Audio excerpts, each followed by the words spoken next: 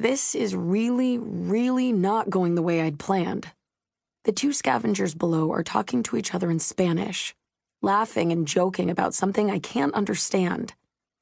Lying face down against the rock, I wriggle forward just enough to see the tops of their heads over the edge of the overhang.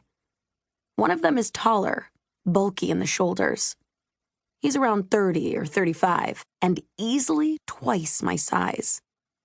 The other one's smaller, a woman, I'm guessing, by the way she stands. But even she'd have the edge on me if they knew I was here. You were right, Mink. I should have taken that gun. At the time, it felt good to surprise the contractor, to make her eyebrows shoot up underneath her bangs and stay there. I don't need a gun, I'd scoffed, not bothering to add that I wouldn't know what to do with one anyway.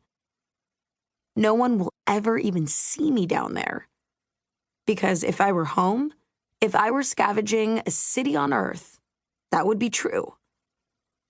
But studying the topographic surveys and satellite images of Gaia's surface didn't prepare me for just how barren this landscape is.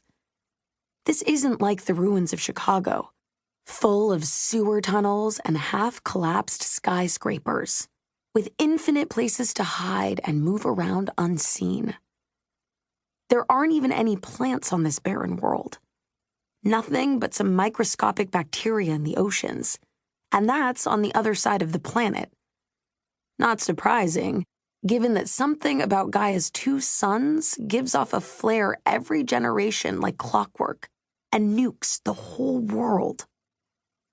There's just open desert on either side of the canyon, and I'm screwed. I'm screwed! The raiders are filling up their canteens at the little spring under the overhang, the same spring marked on our pirated maps, which drew me to this spot.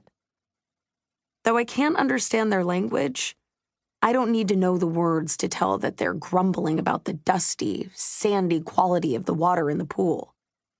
Like they don't get how lucky they are that there's water on this planet in the first place. That there's air we can breathe, sort of, and the right temperature and gravity, though the solar flares dashed all hope of a permanent colony here. It's still the closest thing we've ever found to a habitable planet, besides Earth and Centaurus. And one of those is rapidly dying. The other far beyond the reach of our technology. We only found Gaia because we followed the instructions left by ancient creatures long dead. There's no telling when we'll find another world like it, unless we find more coordinates in the ruins left by the Undying. Ironic that the aliens called themselves that in the very broadcast describing the way they wiped themselves out.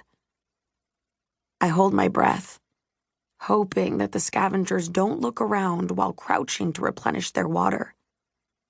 My pack isn't exactly well hidden, since I wasn't expecting company, but they haven't noticed it yet.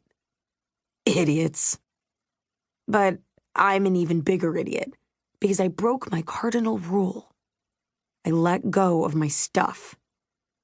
I put it down because I wanted to see what was over this ridge. The desert is marked by groupings of immense rock formations stretching up toward the sky, swept into shape by the wind, and by water that's long gone now. I'm going to end up marooned a billion light years from home with no supplies because I wanted to admire the damned scenery. Just a few chunks of red-gray rock stand between the raiding duo and my only hope at survival in this terrain. Not only does the pack contain my food rations, my climbing gear, my water, my sleeping mat, and everything else I need to live out here, it contains my breather. The atmosphere here's got just a little more nitrogen than Earth's. 8 hours a day or so, you need to strap on a breather and suck in oxygen-enriched air. Or you stop being able to think straight, and then your body shuts down. And my breather, my lifeline, is in the bag a meter or two from a pair of raiders.